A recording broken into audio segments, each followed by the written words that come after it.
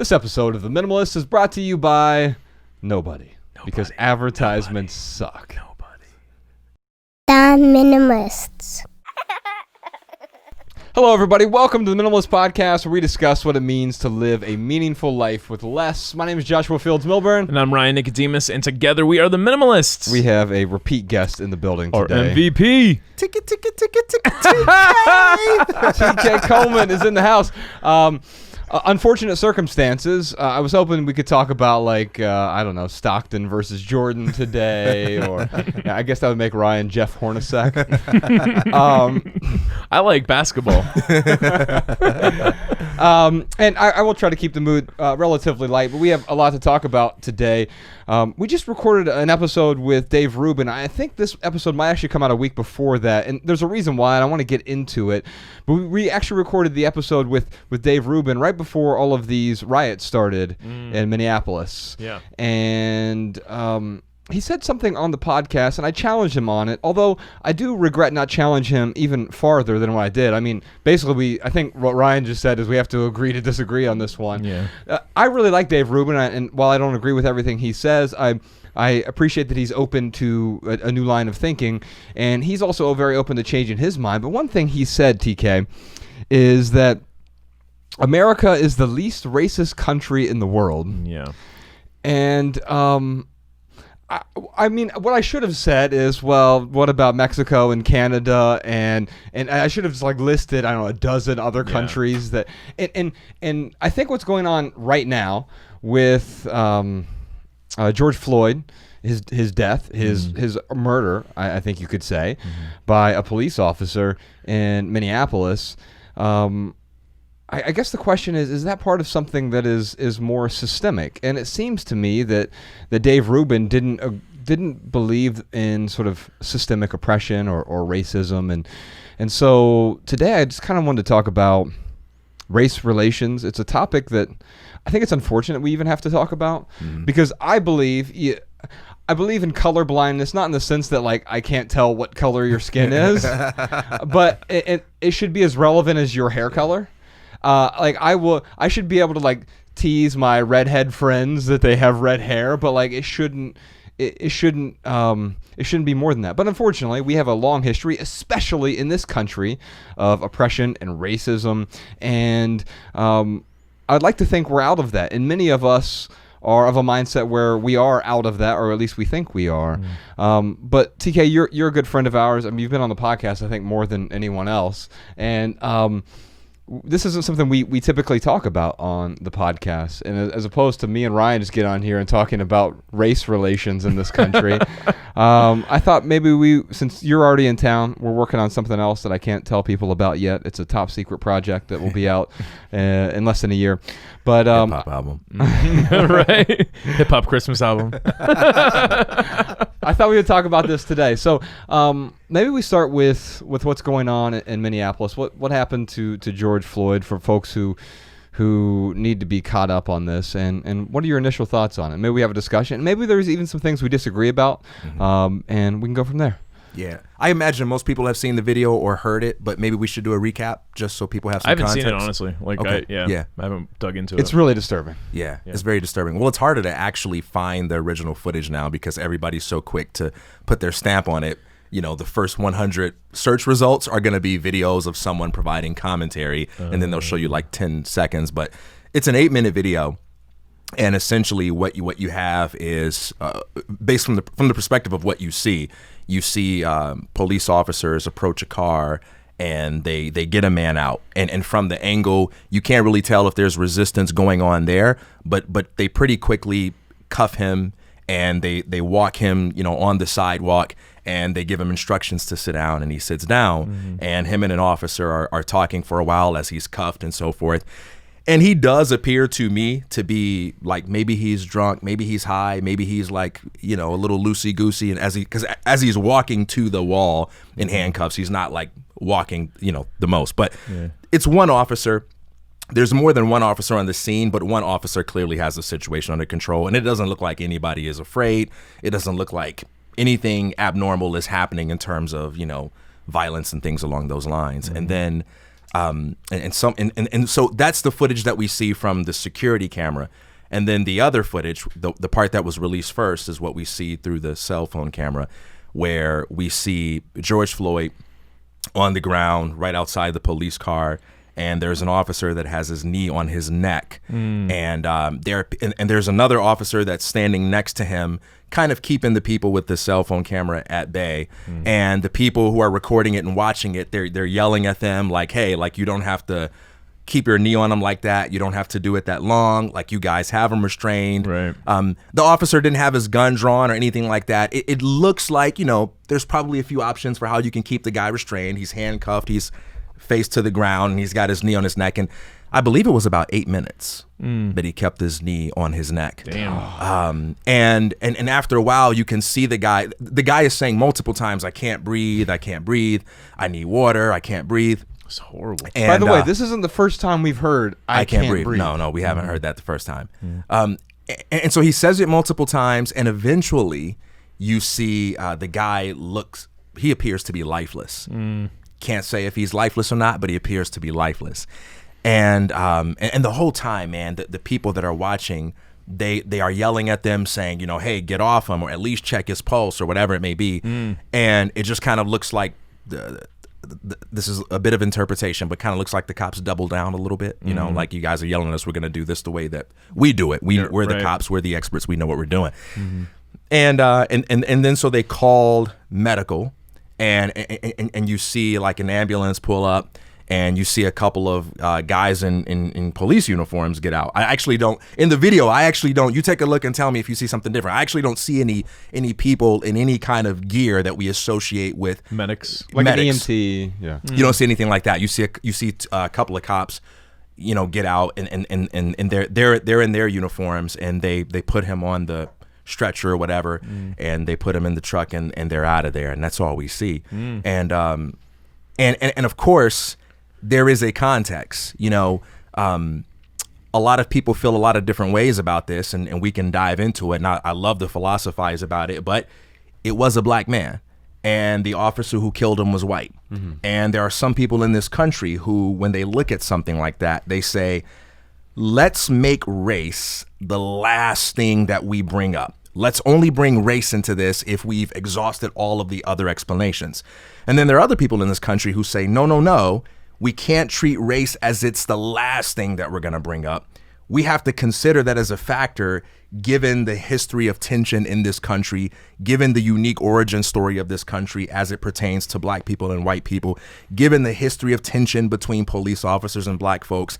This is a problem. This is reflective of something systemic. And so that's the debate. And it's not just a debate.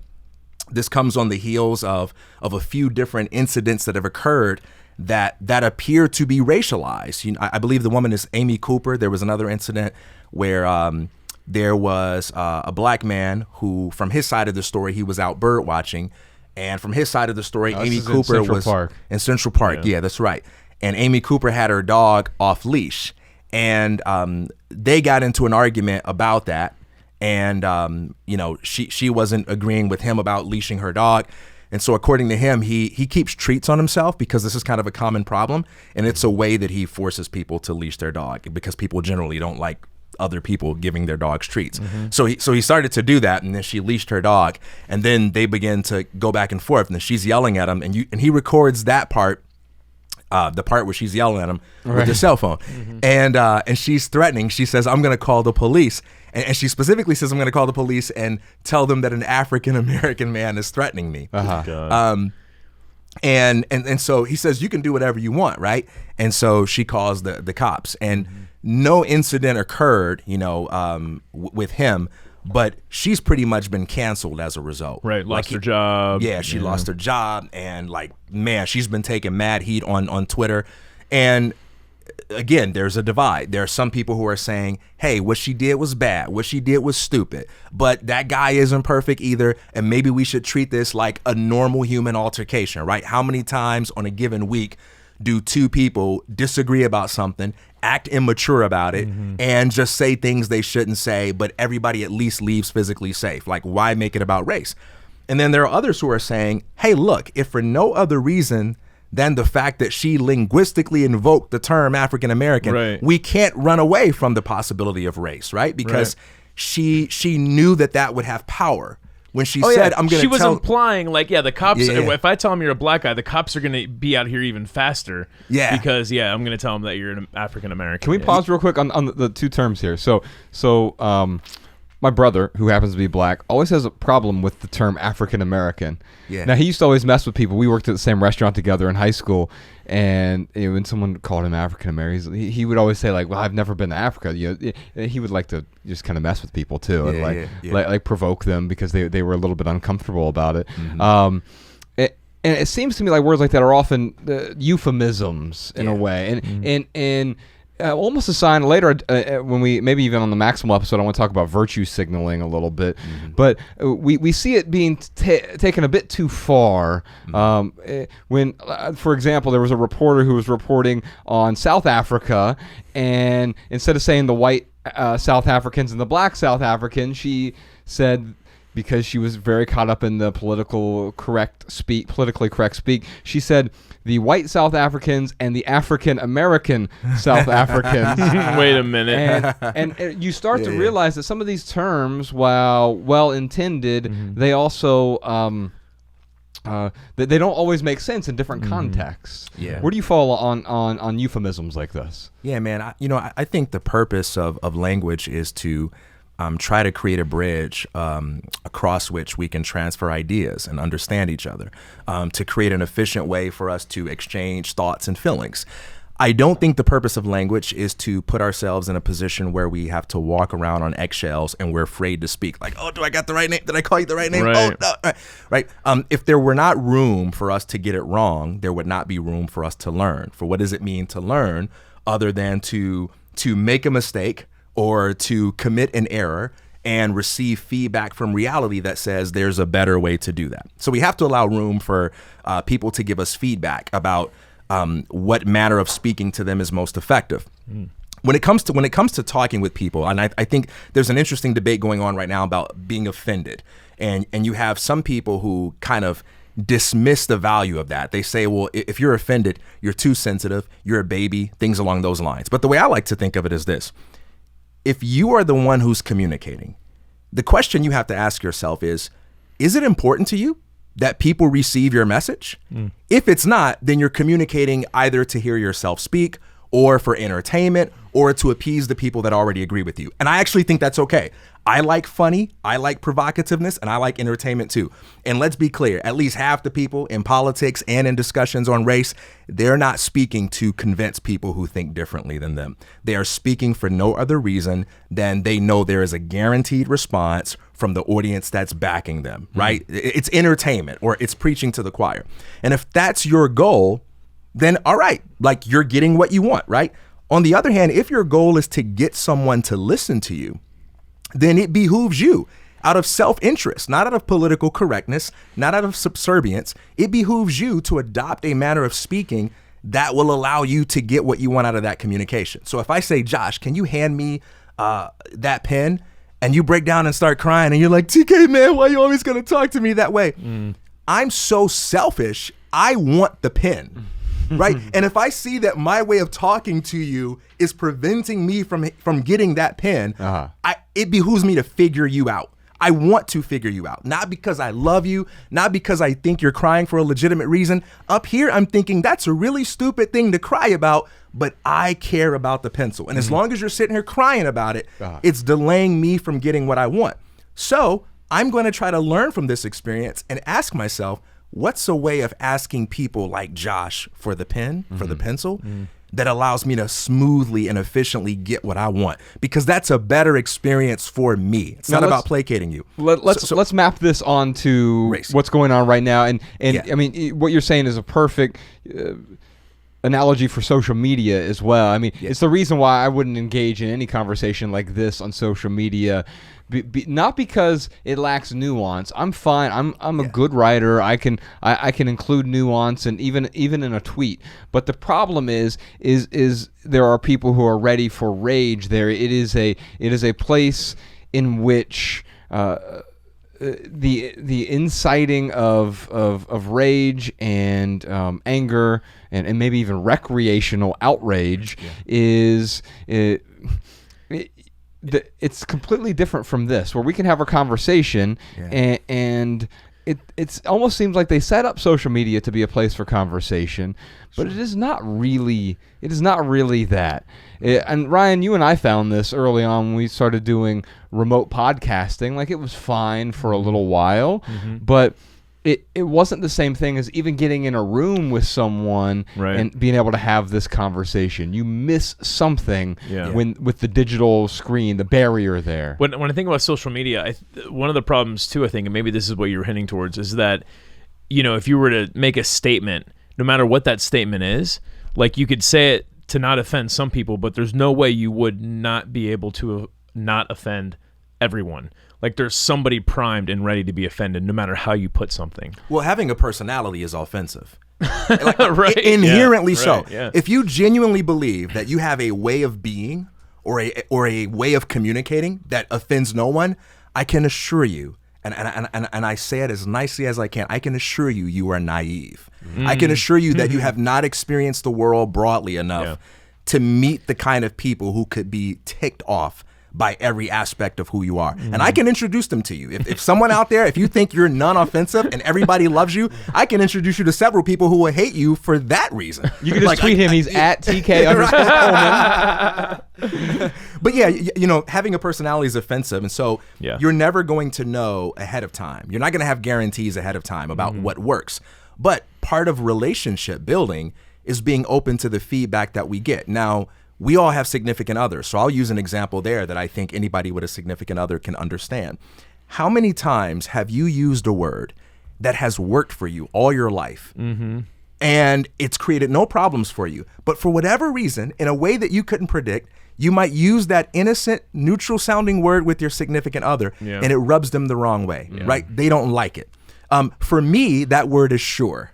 And I discovered that when my wife would say sure to me, right? If I say, hey, do you want to do such and such? And you say sure, I react as if you're kind of blowing me off. Or like, you think you're doing me a favor? Sure. What the heck is that, right? Yeah. And I had to discover that about myself. And it's something that she discovered about me. And look, you know, I'm flexible enough to allow people to say sure to me. But there are moments in life where you kind of discover, all right, I don't think there's anything wrong with the way that I said that, but it doesn't work. It just doesn't work. And I can exercise my right to talk the way that I want, but I rather get what I want than be right. There's this awesome verse in the Bible that says, all things are permissible, but all things are not profitable.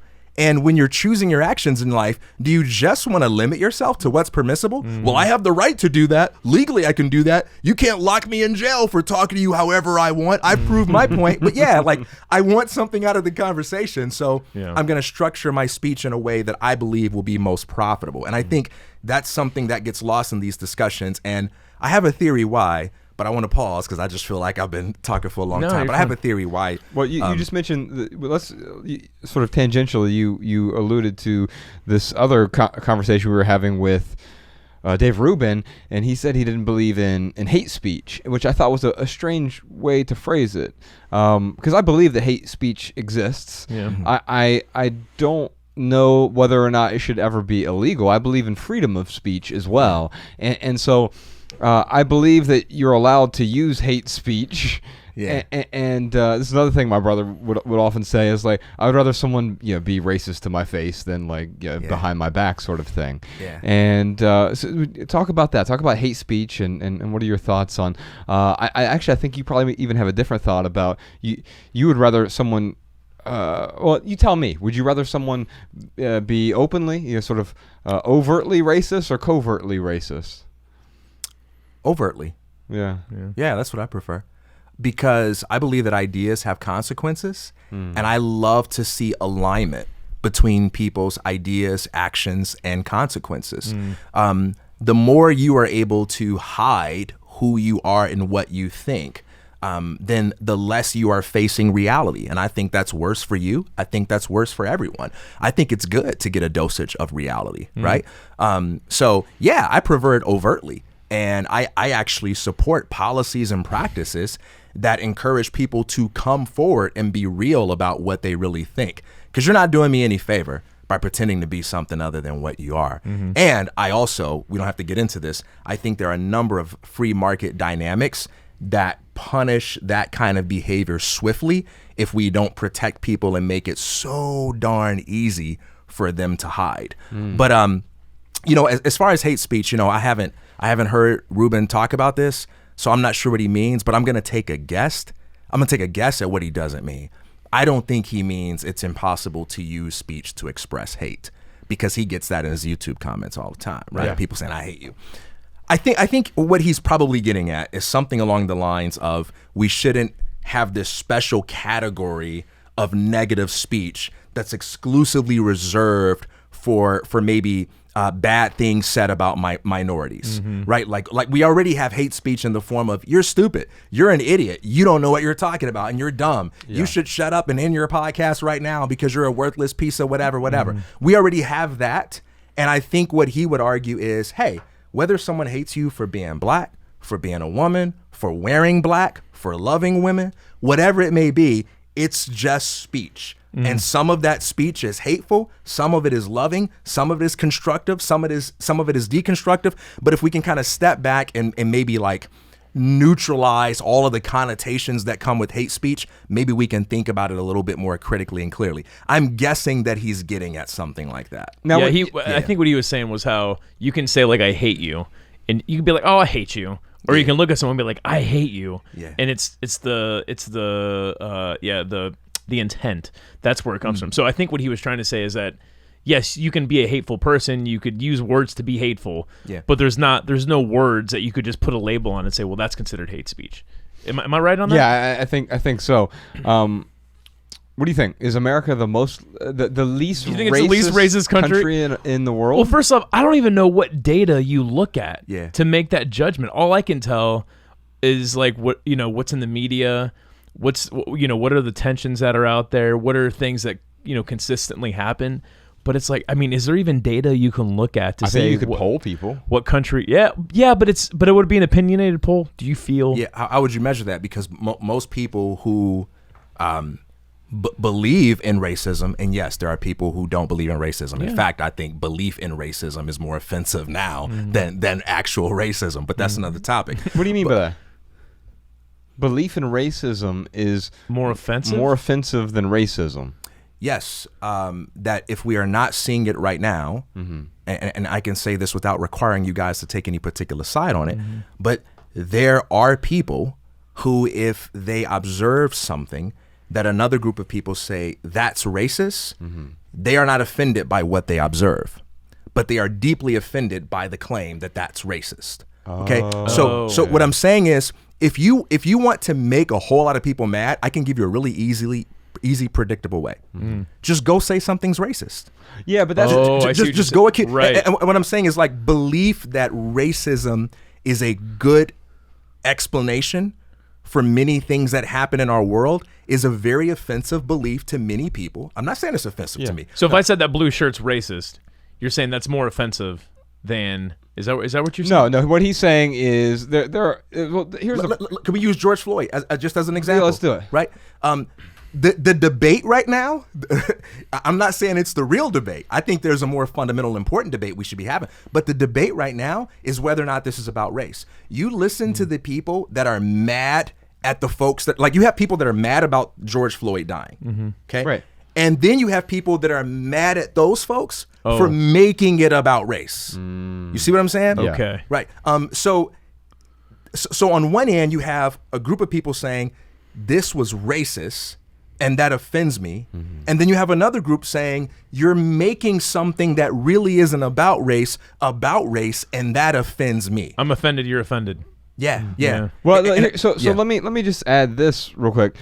There's also there's a great way to shut down every conversation. Also, is to tell someone they're racist. Right. And so it wouldn't offend me if, like, someone on Twitter was like, "Hey, you're a racist." I would just be like, "Okay," because to me, like, I don't know that person. Yeah. Or if Ryan were to say, "Hey, you're racist," I would just be like, "Well, you're wrong. Let me explain why I I think feel like if you're someone wrong." just tweeted you and been like, says you're a murderer, like you're gonna be like, it would be very okay. similar to me, right? Yeah. But there are people who want to continue to engage in a conversation with someone else, and that's a great conversation starter because responding to that is like responding to TK. Explain to me why you beat your wife, and it's like, well, I don't beat my, and all of a sudden it shuts the whole thing down. Yeah, I get what you're saying. So let me address this question: is America the most racist? So first, I agree with Ryan. I don't even know how we began measuring that. How do you quantify that? No. So the actual quote is, "America is the least racist country on earth." Okay. Yeah. So agree or disagree? I would like to reject that statement as so utterly irrelevant that I would never waste effort forming an opinion about it. Why? Is my marriage the least or most happiest on the planet? Right. Who cares? Yeah. Right? Like No, your wife cares. No, she doesn't. Here's what she cares about.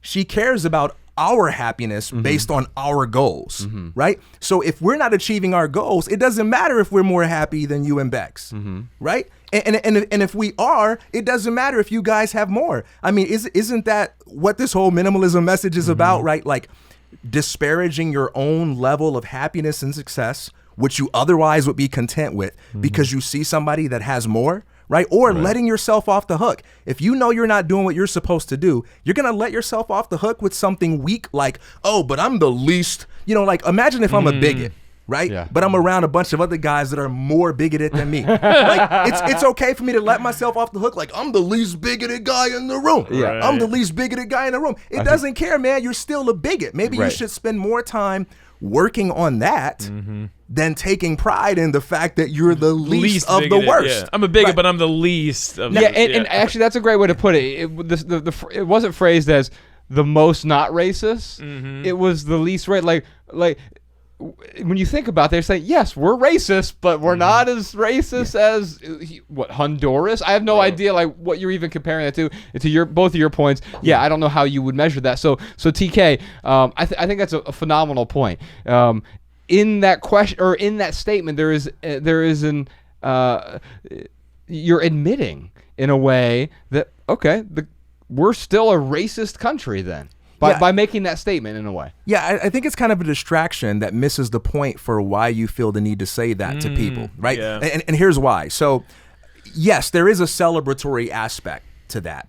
If there is a certain vice that we are not as terrible at committing as other countries, then maybe that's an indicator that we're doing something right and we should take pride in that. However, the people in this country who complain about race complain about it because they live in this country, right? They're not invoking the issue in some abstract philosophical sense that's detached from human experience. There's no one saying, maybe there is somebody saying America's the most racist. Maybe there is somebody saying that. But like, that's not why people care, right? It's not like if you whip out a stat that says, actually, they're more racist in Sweden, and I can prove it with this empirical data here. That person now who I'm says, relieved. I feel safer. Right. They're going to be like, oh, man, my bad, bro. Like, I made that mistake, right? The people who complain about it complain because they're trying to say something about their lived experience. Right? In this country. I don't know what's going on in Russia. I don't live there. And even if we are less racist than them, can we talk about my life? Can we talk about our life? Can we talk about what's happening here? So I would love to talk with him about that. I would love to go back and forth on that. And I listen charitably and so forth. But yeah, for me, I don't care to form an opinion about how less terrible we are than other countries in that respect. What I care about is saying, hey, as a country, let's play our own game. Let's set standards for success, just like the best athletes, just like the best entrepreneurs, just like the best achievers. What do they say? We're not going to measure success by outperforming our opponents. We're going to decide what our goals are, what our vision is, and we're going to play our own game. We're going to compete with ourselves so that even if we win 60 games, we're going to say, all right, we got the best record in the league, but let's win 65. Like, where does that come from? It doesn't come from saying, oh, yeah, we're better than everybody else. It comes from always striving for more and more greatness, you know? Yeah. How about we talk about the protests and eventually the riots? Another euphemism here is I have seen several news networks. Again, I think maybe being afraid. Like I've seen like anchors or reporters, whatever, in front of like burning buildings and calling it a protest. Yeah. What blows my mind is because you just had those Michigan protests and everyone shows up with guns. But the people who show up with no guns, it actually turns more violent and damages more property. Yeah. I mean, it's I don't know what that says. But I think that's conflating a few things here. Yes, the people showing up with guns are protesting in what I would say is an absurd way. Totally agree. Right. I believe in the right to protest, and I think it makes a lot of sense to be able to protest. However, and this might be a controversial statement, I don't think in our lifetime, so let's say in the last 40 years, I don't know how effective protesting has ever been. I mean, there's this John Mayer line about who's ever changed their mind by what was written on a sign. But what's messed up, though, is because of these riots, like the cop got arrested. Well, and that's my point. Is there are times where do you think it's because of the riots though? Yes. Okay. And let me just say this, and then TK, I want to get your opinion. So we can talk about MLK versus like Malcolm X, but Martin Luther King, he totally condemned rioting, but he also simultaneously condemned the conditions that led to rioting. Right. And so if we were to remove it from this context altogether, you go back to the Boston Tea Party. What was that? That was a riot. Mm-hmm. Yeah. And we might call it euphemistically a protest now. Right. But that was a riot. Right. And what's happening now? Well, why did the Boston Tea Party happen? Because they felt like they had exhausted all of their means with the government. Right. They had taken it to the extreme, and they felt like there was nothing else they could do. Mm-hmm. And now you have people in Minneapolis who many of them, let's say some of them are certainly opportunists who don't care about justice or anything like that. Yeah. If you're taking a hammer to a ATM in the Target parking lot, you probably don't care that much about justice. Right. But there are many people who are beginning to riot right now. Some of it is violent. Some of it is just destructive, but not violent. I don't know. We can talk about the definition of violence here too. But there are some people now who have felt like we've exhausted every avenue. We've tried to protest. We've already said, I can't breathe. We've had T-shirts and bandanas. We've talked about it. We've created hashtags. We've done everything we can do, and we are still not being heard. Well, how do we solve that now? Well, the next level is let's do a Boston Tea Party, right? Yeah. Now, it's going to be different from that because there are different circumstances, whatever. We're also in the middle of a pandemic, which makes things very strange, right? There's already boarded up retail shops all over the place. And so you're in a weird place. It seems to me that you could, this is no pun intended, you could have more targeted riots that wouldn't happen at Target. You would, like what they did in Columbus yesterday, apparently. By the way, we're recording this on Friday. What is the date today? 29th. The 29th? Yeah. Friday, May 29th. In Columbus, they raided the state house, the Capitol building, and in Minneapolis, they're raiding police stations and government buildings. That to me makes more sense. I'm not. Again, I would still condemn it the same way Martin Luther King would condemn it, but I also condemn the circumstances that led to it. Yeah. If I were interested in co-opting a legitimate movement, right? Let's just say I were an evil villain. Okay. The evil villain. I had a lot of connections, a lot of resources. And I saw something like the George Floyd thing happen. And I see people calling for these officers' jobs. And then I see people saying that's not enough. I hear people saying we need to make changes to how we do policing. We're tired of this. I see people starting to protest. I see everybody writing social media posts about it. And I wanted to co-opt that. I would try to create a distraction. I think I would be quite pleased with something like what we're seeing with the riots, because it would then allow me to shift the discussion from this uncomfortable topic that has been a problem for a long time that we still haven't figured out how to solve and work together on, to something more like, hey, y'all, we all agree there's a tragedy. That's pretty obvious, but, you know, you shouldn't be breaking into buildings. Now, Yeah, but I'm not saying that, and I want to be clear. In fact, the riots are actually stemming this conversation right now. How many other black people have died in the last several years when we haven't sat down and had this conversation? Right. I got you on that. And by the way, I'm not even saying this as a way to justify riots, but there's a specific reason why I said if I were a villain who wanted to co-opt the movement, because I believe that is a real possibility that we cannot dismiss. So, for instance, there was one video of a guy in a neighborhood who, who was going around like breaking windows, right? And you could see the black folks trying to stop him. You could see the folks in the hood He was like breaking stop. windows at an AutoZone. Yeah. And then when they confronted the guy, he threatened one of the guys that was following him around. Wow. And then he eventually got out of there. And apparently the guy's ex-wife or something like that identified him as a cop. Yeah. Right? Undercover cop. They Yeah. said. Now, what's up with that? What's up with that, by the way? Ooh. Oh, it's just that one time. It's just that one time, right? Like that only happened one time. But there are a number of videos like that will force you to ask some important questions about what's really going on. Yeah. Because if you go into these like there are a lot of people who live in these neighborhoods that care about their neighborhoods. And yeah, let's be real. There are people that have no business using this as an excuse to destroy their own communities. I do believe that's terrible. But at the same time, this is not a monolithic group. It's not like it's just black people out there doing it. It's people of all colors.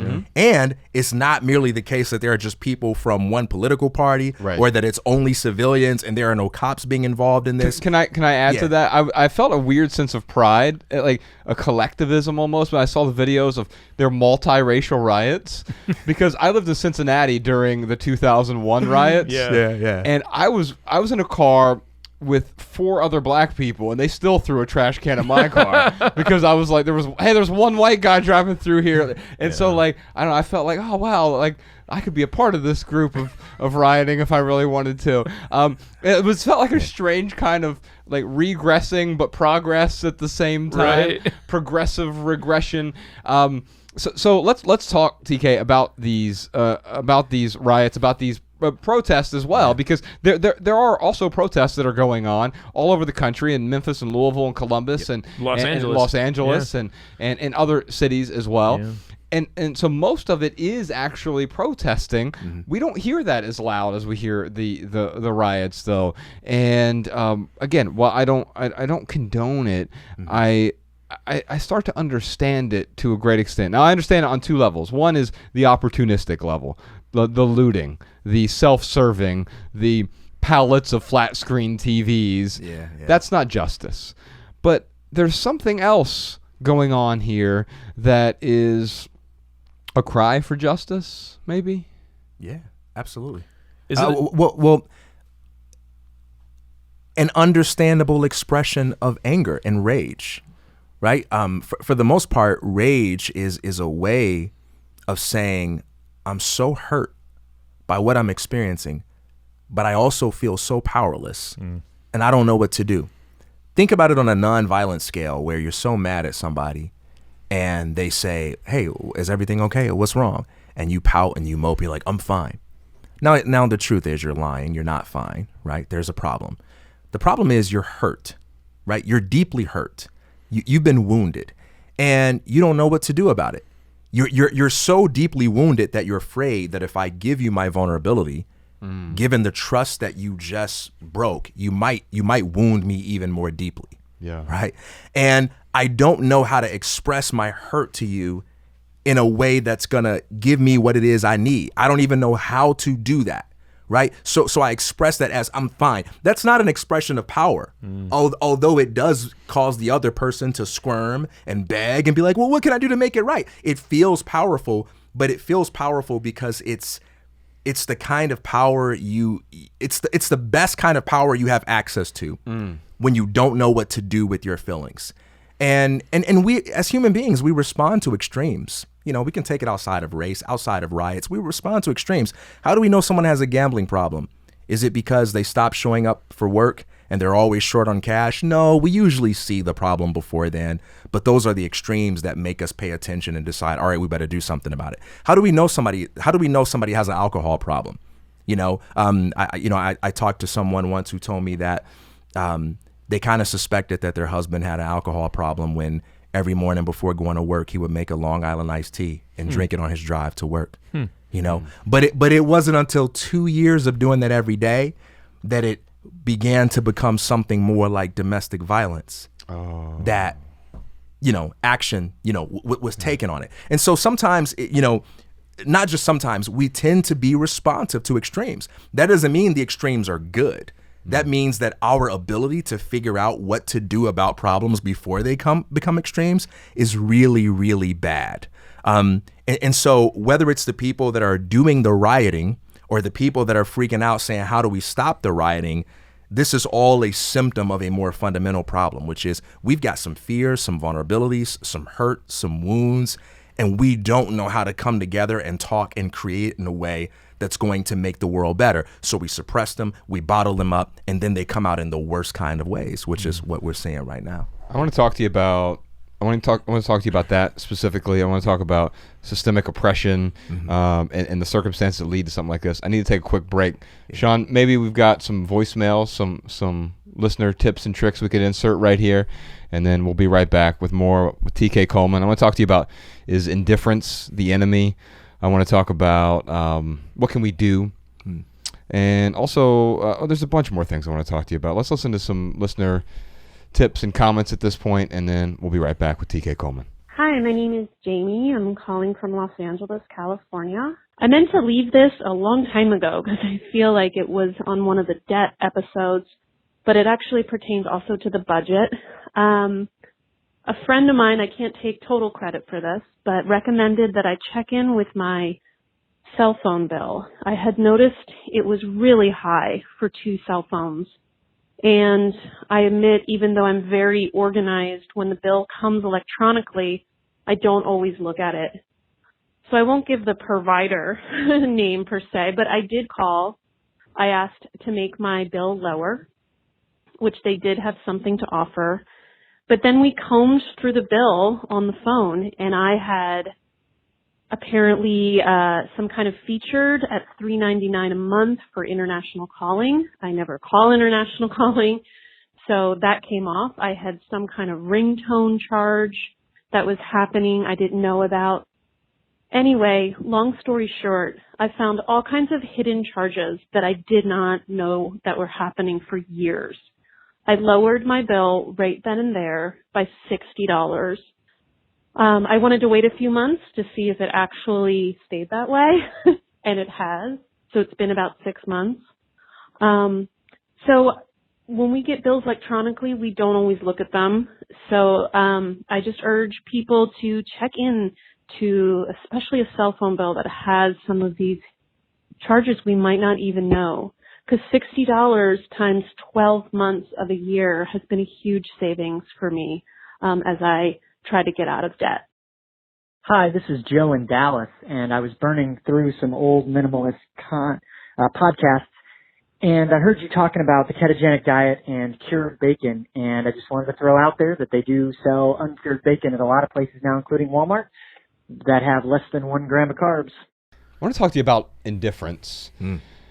And it seems to me that maybe indifference is the enemy here. And I don't just mean with white people or whatever. I hate talking in these terms because you just said obviously black people aren't a monolith. White people certainly aren't a monolith in this country. And oh, you guys get the certainly. Well, I'm just thinking there are a lot of white people. That black people aren't entirely a monolith. White people definitely. I'm gonna double down on this. Oh shit. Well, I'm just thinking of like there's Richard Spencer and there's Eminem.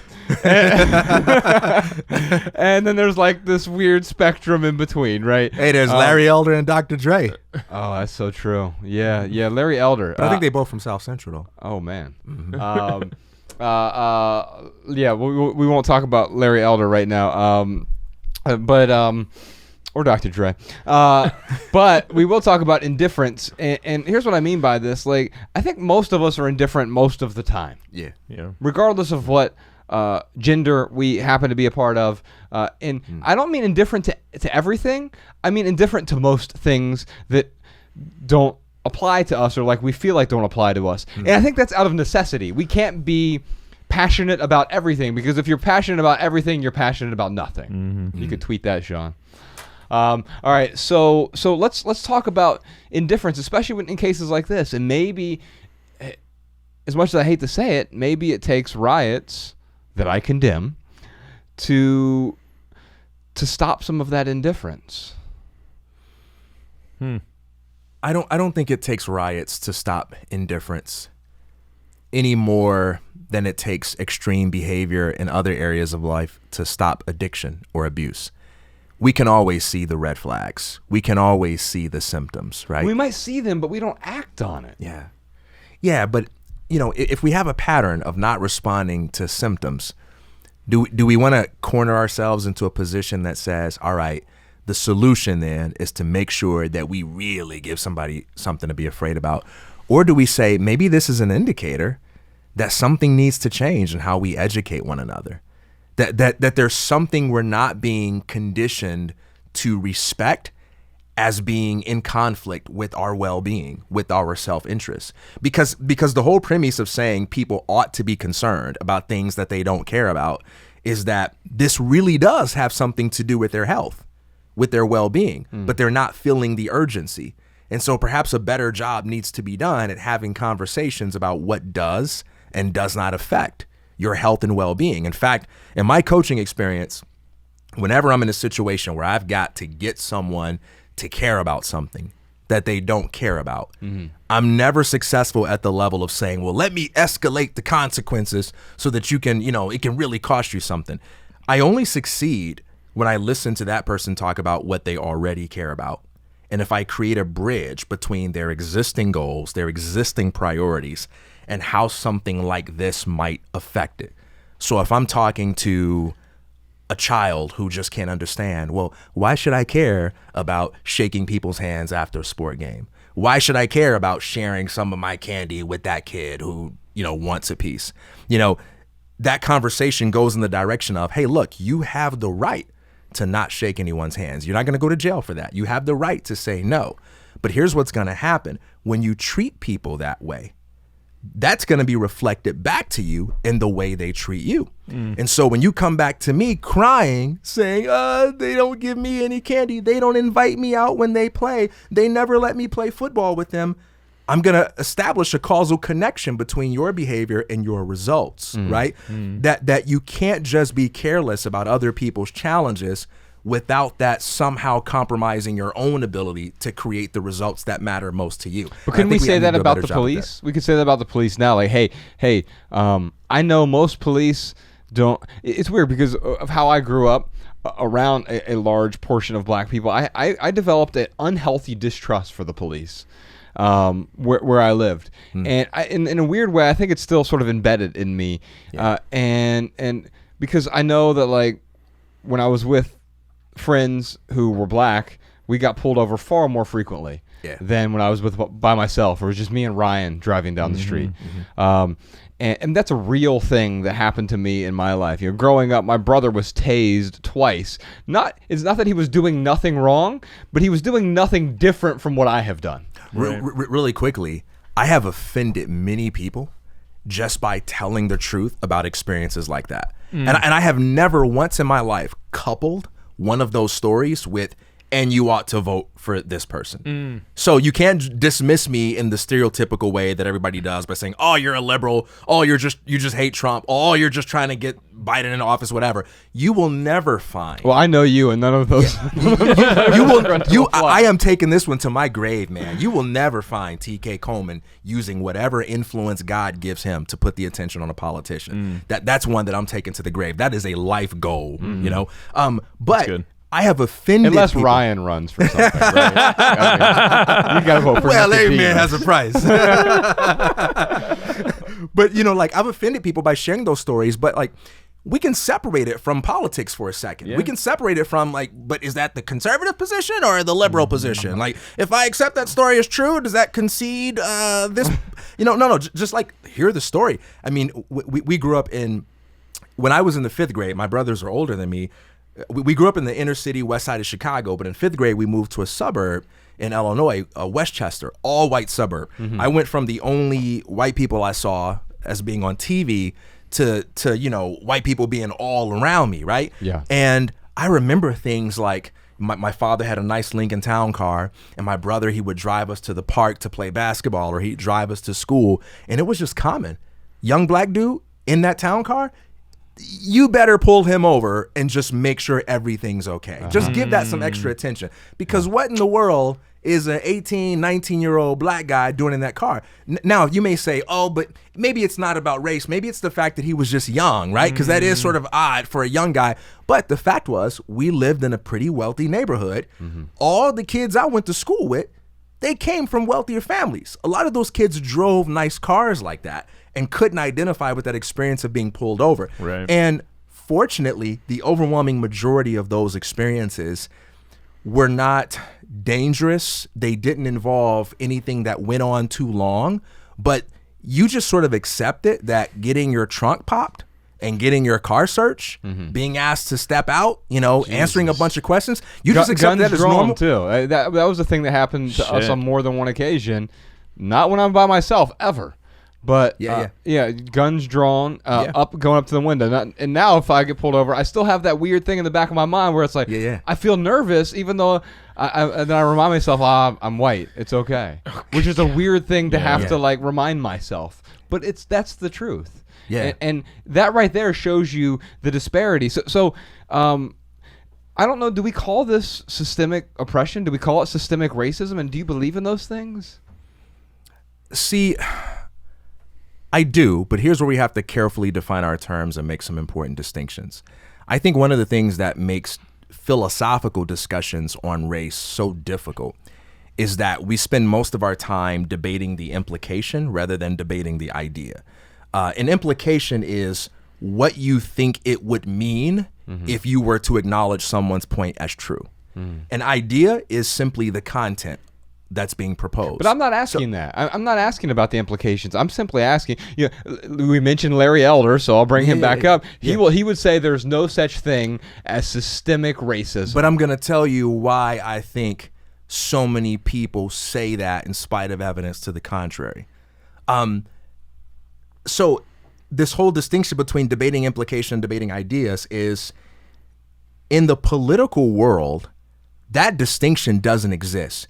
If you believe in something like systemic racism, that pretty much commits you to the liberal position on what government ought to do about it. And so I would contend that most conservatives simply cannot afford to acknowledge points that liberals make about race, because that would feel like they are conceding liberals' points about the role that government should play in doing something about that problem, which is why one of the number one responses you hear being made to people who believe in things like systemic racism is stuff like, oh, you stupid liberal. Oh, you're just a commie, right? Because it's equated with being political. And for me, I like to make that distinction because I like to say, hey, look, how about we just discuss the ideas?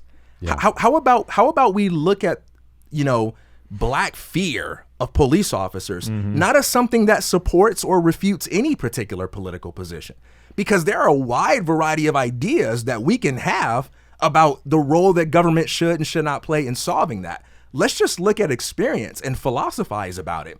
And so I think part of the problem here is people put a race on a pedestal. And there are two ways you can do that. One way is you can say everything is about race.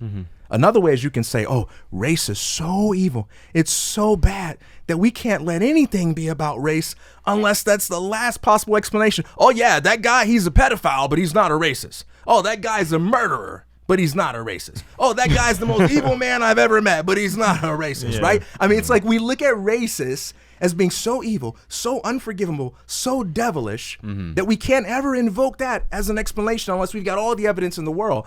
But I think we put it on a pedestal because am I to really be so naive that I think the human race, which has a demonstrated ability to be tremendously superficial in its capacity to judge other people. Like, people judge each other and look down on each other because of their economic status, because of the clothes, because of their hairstyle, because of their accent and the way they talk. And we can just limit ourselves to examples of people within the same race.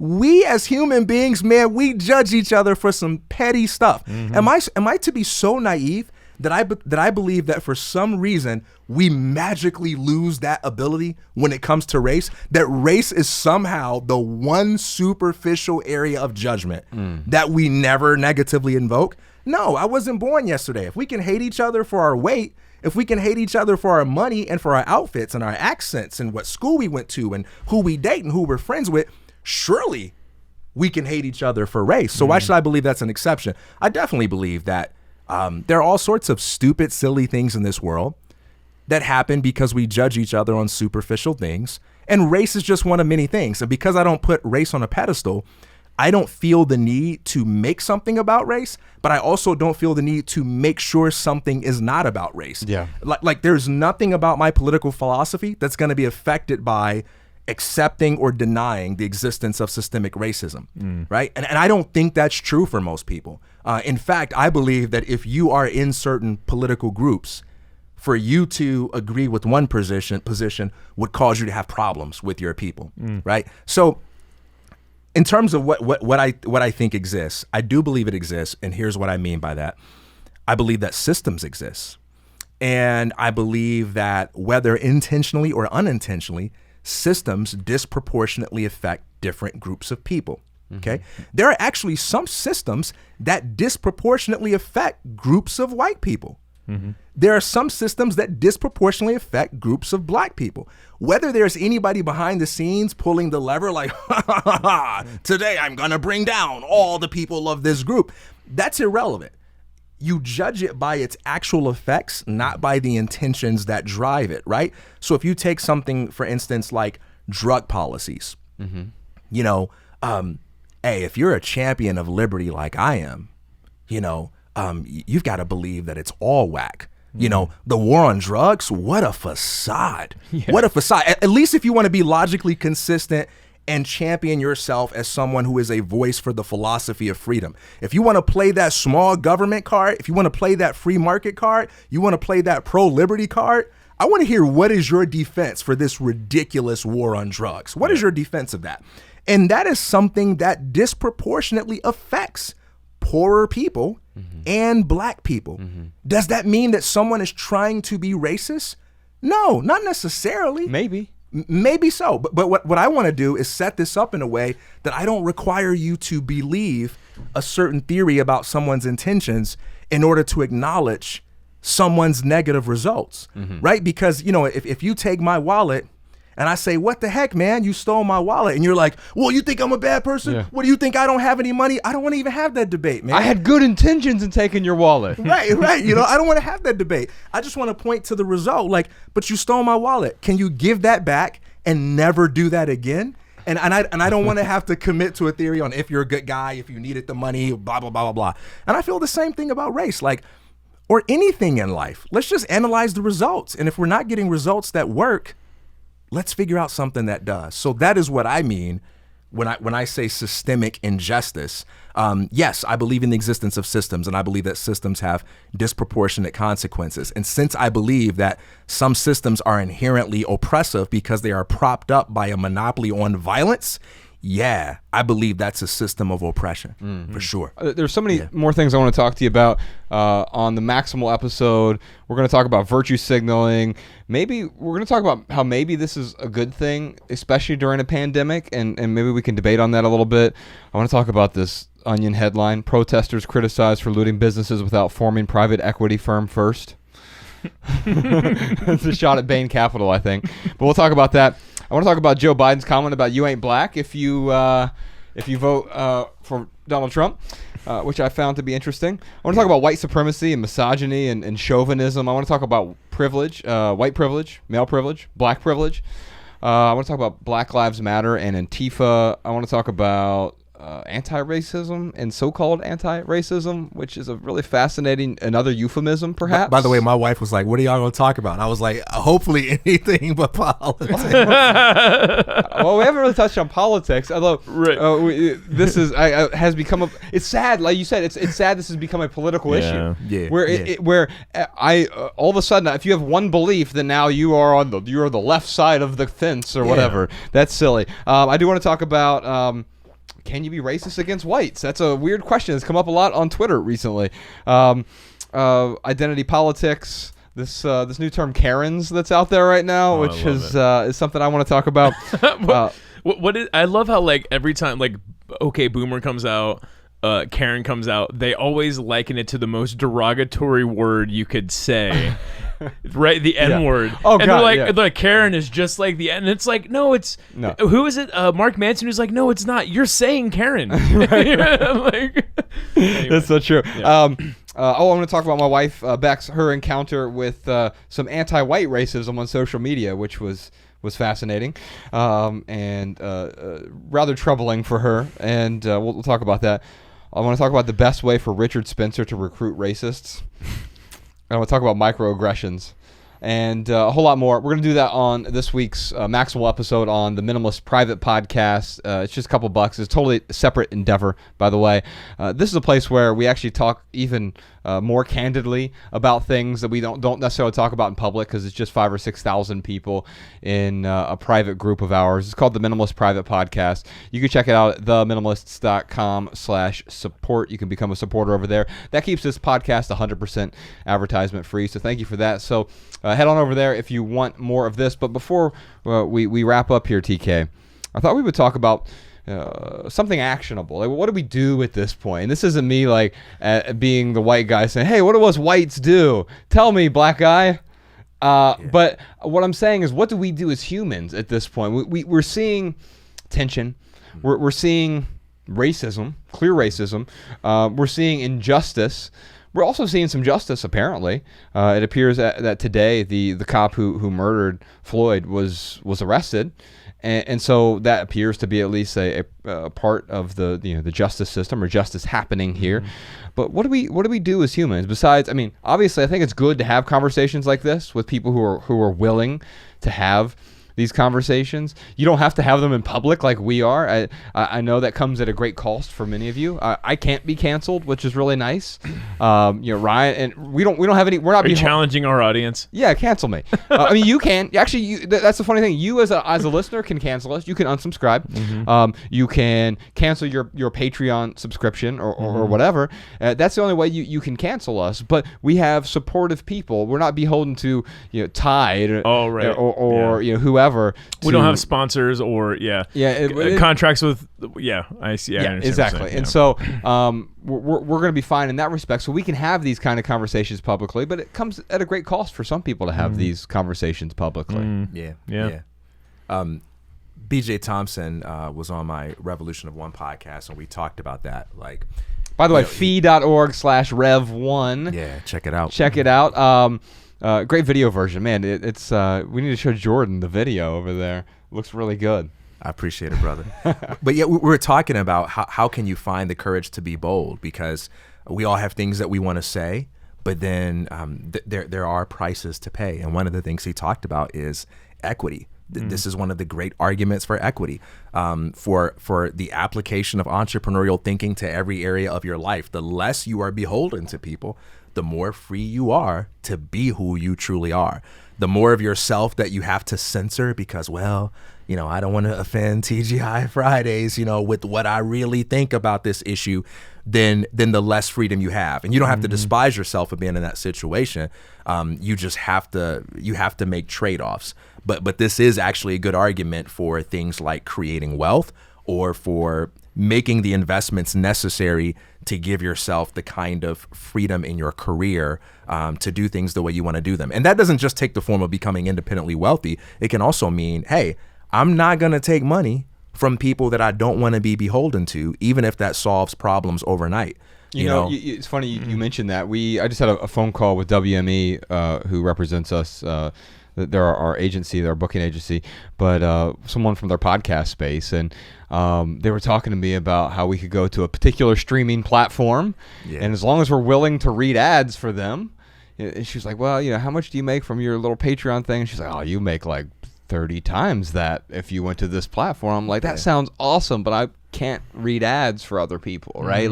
I'm not allergic to money, but I am allergic to being beholden to advertisers or gatekeepers or people who are telling me what I'm supposed to say and when I'm supposed to say it. Yeah, Josh, I need you to, tone it down on those jokes. Right.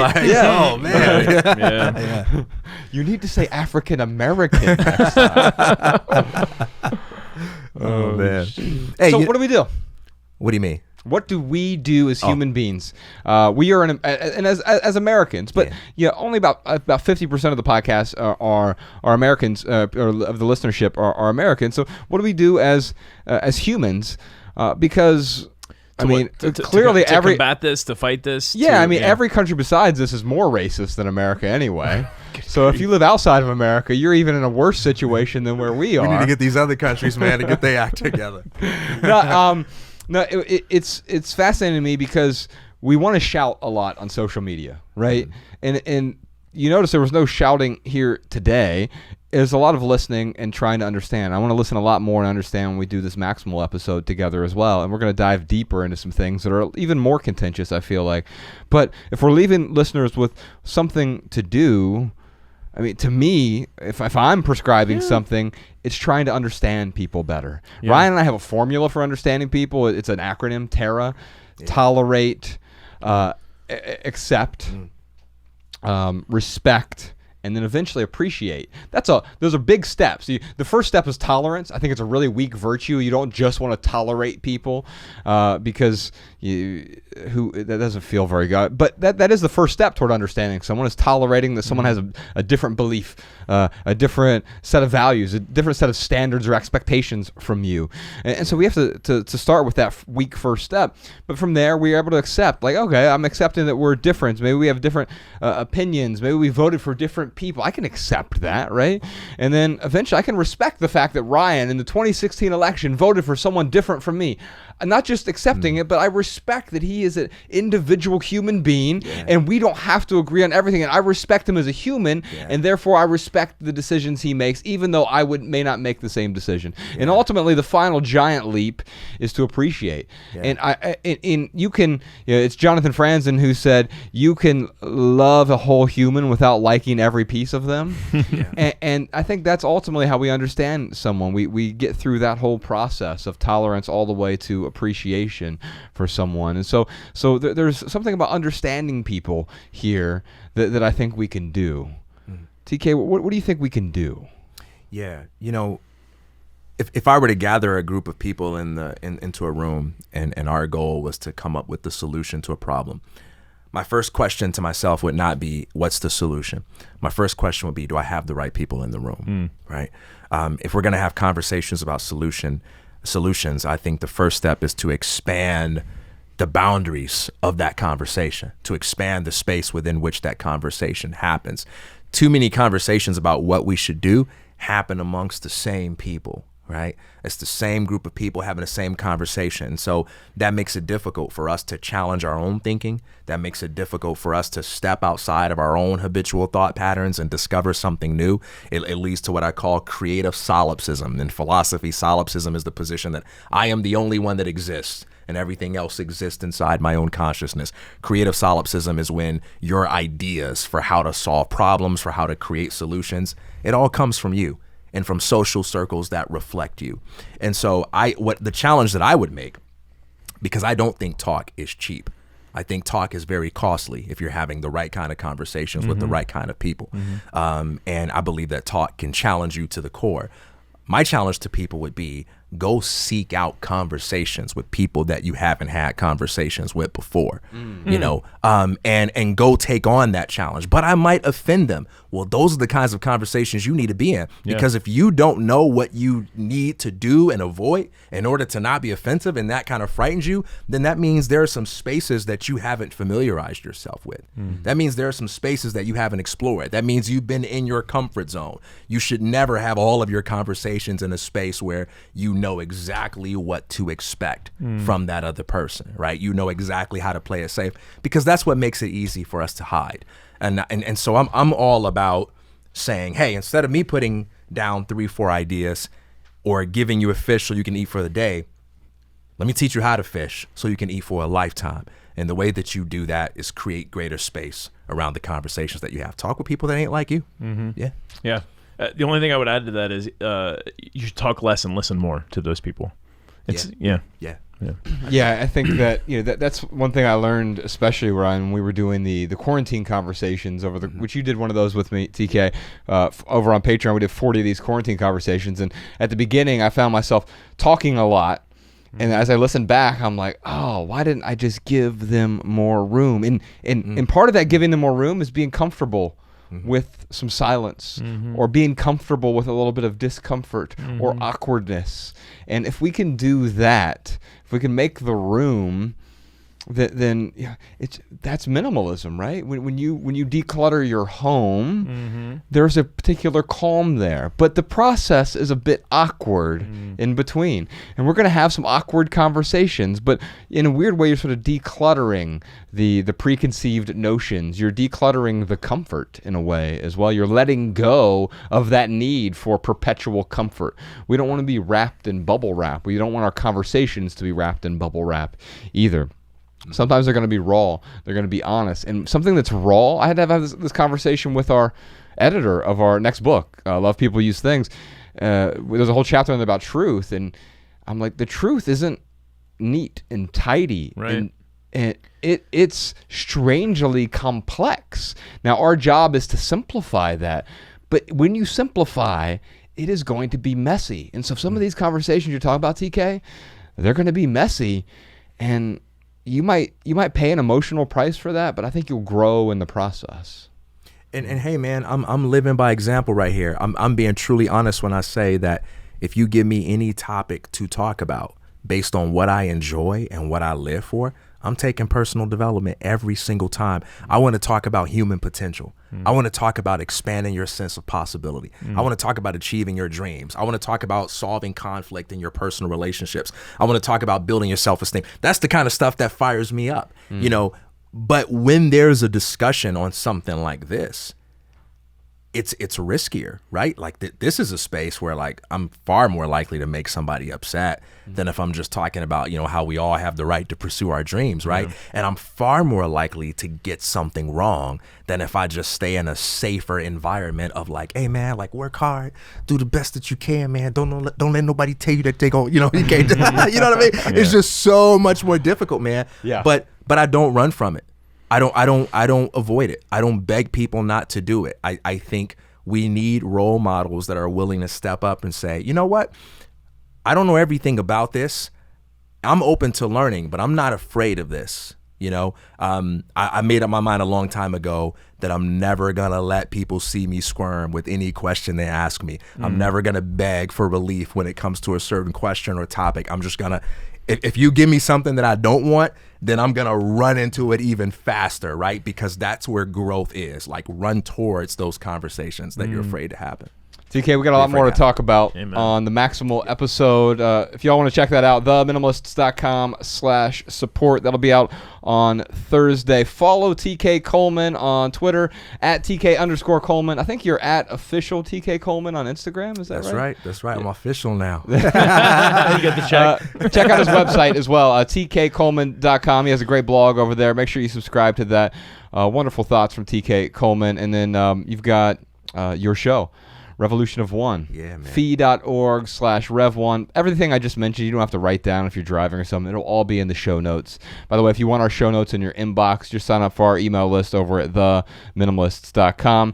We'll also send you our simple Sunday emails each week. If you have a comment, question, or minimalism tip for our podcast, you can send a voice memo to podcast@theminimalists.com. You can also follow The Minimalists on Instagram, Twitter, and Facebook @The Minimalists. You can see one of our live podcast shows, which TK is going to be at one of them. I think the Sacramento show, is that right? That's right. Yeah, man. yeah. So we got a bunch of shows coming up once this whole quarantine business is over. You can find those at theminimalists.com/tour. I think that's all we got right now. We'll see you on the Maximal episode later this week. We got a lot more to talk about. All right, y'all. Love people. Use things. The opposite never works. See you next time. Bye. Every little thing you think that you need, every little thing you think that you need, every little thing that's just feeding your greed. Oh, I bet that you'd be fine without it.